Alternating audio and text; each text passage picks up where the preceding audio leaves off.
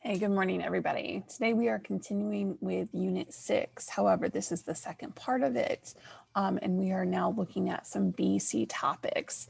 This first lesson is about more integration topics. Some of them really are considered AB, but the rest of the lessons are BC. So we need to look at different rules for integrating complex functions. Consider the following miscellaneous integration problems. For the first one, I've got trig. If I want to integrate the secant of x dx, you have to ask yourself, is secant of x the answer to any derivative problem? And the answer is no, it's not. Secant tangent is the derivative of secant, and secant squared is the derivative of tangent, but just plain secant is not the derivative of anything. It is possible to integrate this, but how do we do it? So here's what we're going to do. We're going to multiply the top and the bottom by secant of x plus tangent x.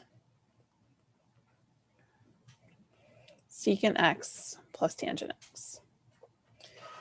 Mrs. Darnley, how did you know how to do that? Well, trial and error, and I looked this up before. Thank you very much. So when we simplify the numerator, I'm going to have secant squared x plus secant x tangent x dx all over secant of x plus tangent of x.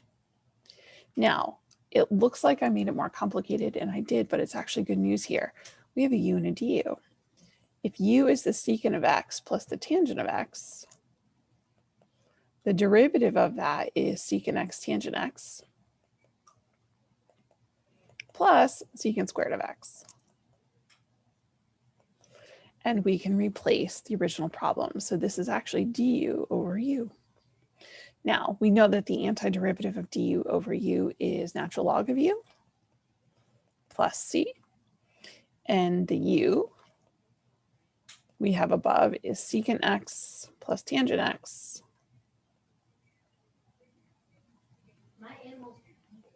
plus c. So it's not so much that I need you to memorize the steps to get there. I need you to memorize the final answer. So make sure you add that to your golden ticket. Inverse trig. These are problems that have the undo of those trig problems that were inverse. So I'm looking at example 2. 1 plus 4x squared. Well, if I tried u substitution, if I thought, okay, u is 1 plus 4x squared, the derivative of that is 8x dx. Well, I don't have an x up here, so I can't use it as u substitution. So we need another plan. And if you recall, the derivative of the inverse tangent of x is 1 over 1 plus x squared. Or if this is a u, then we have du dx at the end. This particular problem is actually in that format pretty well already. But instead of identifying just the u, we have to identify the u squared.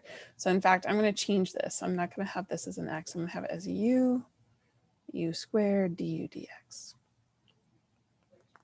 So u squared is 4x squared. That's what's sitting in the u squared position.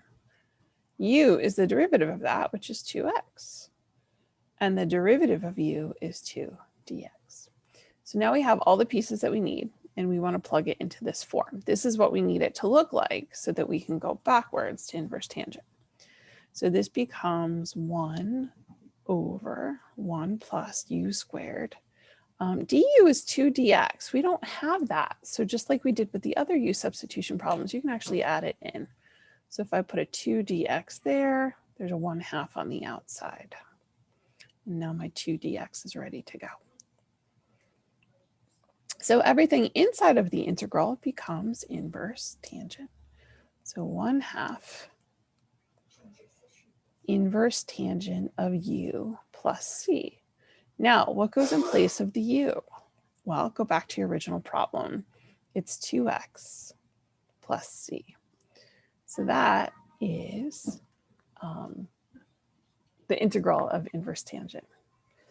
Now, when I look at example 2, the second one here, this, again, you might want to try. Well, is u1 minus x squared? Trial and error. It was written at the top of the notes. d would be negative 2x dx. Do I have a negative 2x dx in there? No, I could make the 2 work, but I can't just put an x in the problem. That's not allowed. So we need a new plan. This one to me is looking awfully close to inverse sine, because the derivative of inverse sine of u is 1 over the square root of 1 minus u squared du dx. So we're almost there. You almost have that set up, which is great. Let me switch colors here. So this becomes, let's see, I don't need the 3 in the problem, so I'm going to bring that to the front. My u squared, well, u squared is just x squared. So it's not totally necessary to identify it. But, well, if u squared is equal to x squared, is u substitution necessary at all? It's not.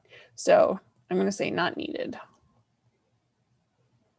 But I do pull the 3 to the front. This we're going to integrate between 0 and 1.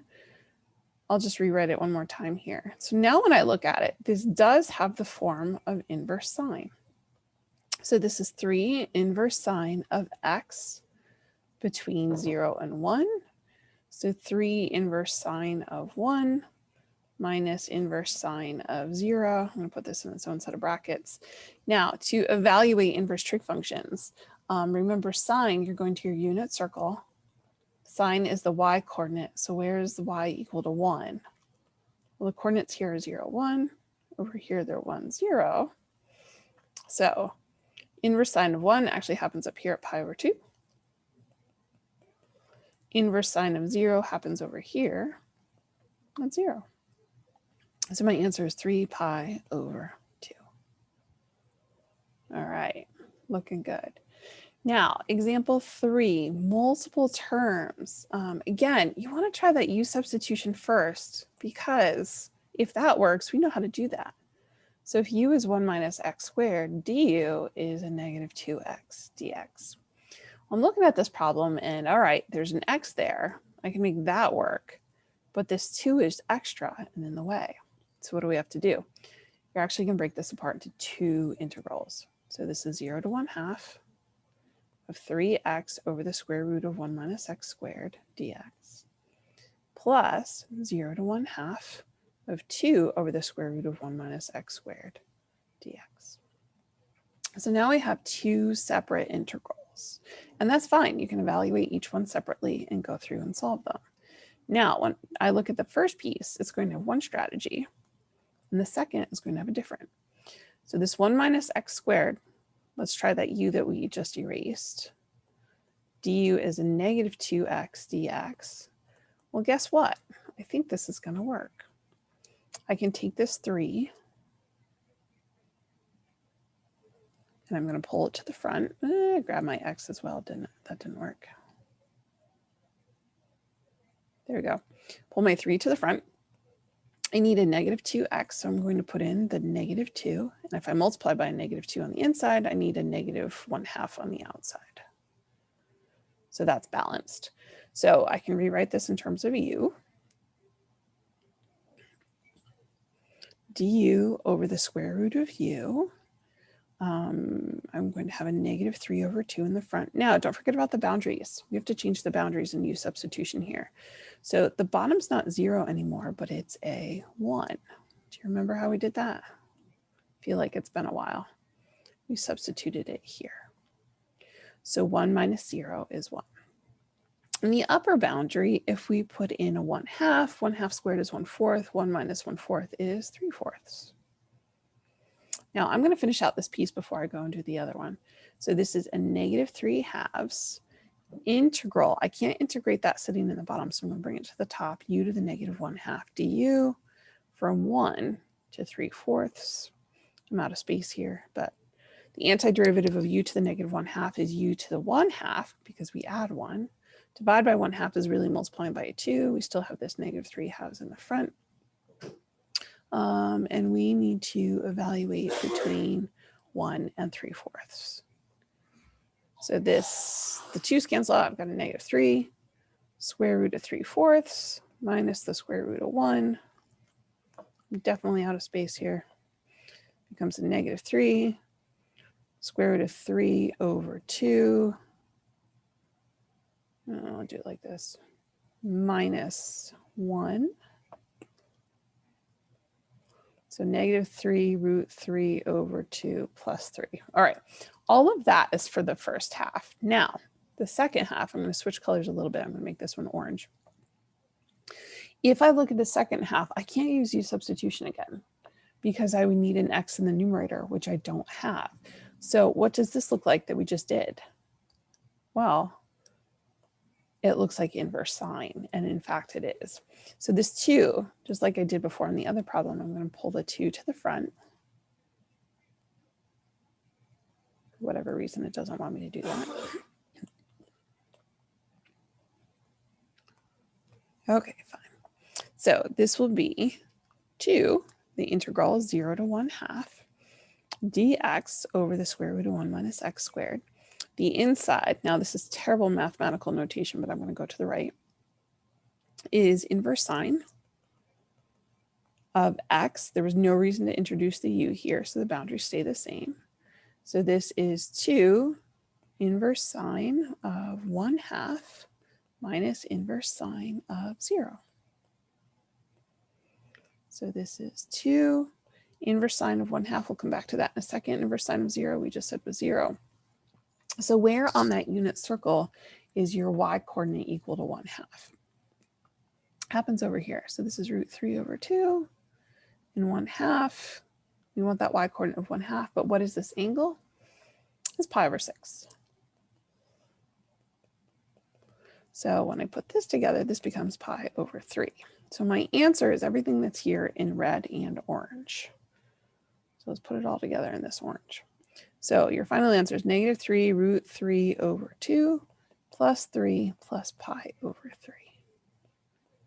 There you go. That's your answer. So they do get a little bit messier, and that one's kind of like having 2 problems in one. All right, completing the square. This first piece is algebra review. Find the constant that allows you to rewrite the polynomial as a perfect square. We were in class together. I'd ask if you remember how to do this, and somebody would raise their hand and tell me you take half of the b term and you square it. And that's what you add. And that's correct. So this becomes x plus 5, which is the quantity x plus 5 squared. That's what you're looking for, complete the square. So half the b term is negative 6. Negative 6 squared is positive 36. So this becomes x minus 6 squared. Half the b term is 9 over 2. 9 over 2 squared is 81 over 4. So this is x plus 9 over 2. Quantity squared. Rewrite the polynomial function in the form a x minus h squared plus k. This was vertex form when you were talking about quadratics. So we need to factor out a negative because for this to work, your a term has to be positive. And I did not do exactly, well, there we go. And then we have to look at the inside. So this becomes an x minus 2x, and I'm going to give myself some space, minus 8. So half the b term, half of negative 2 is really negative 1. Negative 1 squared is a positive 1. So we're adding 1, but if you add 1, you also have to subtract 1. Another way to keep it balanced. So this piece I can factor. So this is negative x minus 1 quantity squared. And then on the end, I have negative 1 minus 8 is a negative 9. But we have to be careful. All this still has the negative in the front. So if I distribute this negative that's in the front, I have f of x is equal to negative x minus 1 quantity squared plus 9. Okay, let's try again. This one's going to have a fraction. X squared plus 3x plus 7. So I'm going to rewrite it and move that plus 7 to the end. So I need to take half of 3, which is going to be 3 over 2, and square it, which is 9/4. So I add 9/4 and I subtract 9/4. So we need to factor this piece. F of x is equal to x plus 3 over 2 quantity squared. And then add together the pieces on the end. So that's 28 over 4. 28 minus 9 is 17/4. All right, so that's a blast from Algebra 2. So how does that relate to calculus? Well, example 4, complete the square. Let's play the what if game again. What if u was x squared plus 2x plus 2? That's where you want to start. The derivative of that would be 2x plus 2. Do we have that in the numerator? No. Are we allowed to add that in? No, we're not. So we need a new plan. Complete the square. Let's give it a try. So we've got dx over x squared plus 2x. I'm going to scooch this plus 2 over here to the side. So I need half of this term, my b term, which would be 1. Half of 1 is, no, excuse me, half of 2 is 1. 1 squared is 1. So we add 1 and subtract 1. So when we rewrite this in the factored version, I've got x plus 1 quantity squared. Now over here, negative 1 plus 2 becomes plus 1. So what does this kind of sort of look like? It's actually inverse tangent. If we go back here to inverse tangent, here it is. We want 1 over 1 plus u squared du. And that's what we've got. Now we've got u squared plus 1, the order switched, but that's okay. So u squared is x plus 1 squared. U is the square root of that, which is just x plus 1. And du is the derivative of that, which is 1 dx. So this becomes du over u squared plus 1. It's in perfect form. So this is the inverse tangent of u plus c, which is the inverse tangent of x plus 1 plus c. There we go. One more for us. This also looks kind of crazy. You want to ask yourself first, can I use u substitution? So u would be negative x squared plus 2x. The derivative of that is negative 2x plus 2. I don't have that in the numerator. I can't put that in the numerator. That doesn't work. So we need to get rid of all of this. So let's try completing the square. Going to factor negative. Got x squared minus 2x. I'm going to give myself some space. Now I want to take half of the middle term, half of the b term.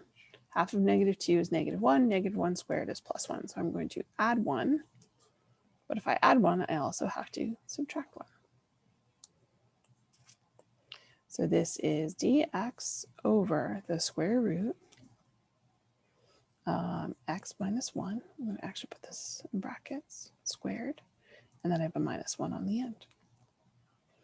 If I distribute this negative that's in the front, I've got dx over the square root of negative x minus 1 squared plus 1. If I switch this around a little bit, I have 1 minus x minus 1 squared. So what did that do for us? I still can't use u substitution. That didn't fix it. But this is in the form of inverse sine. Let me come back here. 1 over 1 minus x squared inside of a square root. And that's what I've got. So u is equal to x minus 1. Let's do the squared. So u is x minus 1. Du is dx. So when we rewrite this, this is du over the square root of 1 minus u squared, which is exactly inverse sine. Inverse sine of u plus c. Inverse sine of x minus 1 plus c. So these take a little bit more work, and the hard part is knowing which rule to use where. So when you go through the practice problems, they're not going to be just on today's lesson, but they're going to include the previous integration lessons as before. Maybe it's just something off the golden ticket. Maybe it requires u substitution. Maybe it needs one of these new things. So just be aware of that. That's the tricky part. That's done on purpose. Now, you need to memorize the following: the integral of tangent we came up with today. Cosine squared and sine squared, I didn't tell you exactly where they came from, but there are some double angle trig identities involved. You are going to need these two. So make sure you add those to your golden ticket as well. I don't think they're typed on there. You're just going to have to handwrite them on. So good luck. Make sure you reach out to myself or Mrs. Oakes if you have questions on these things.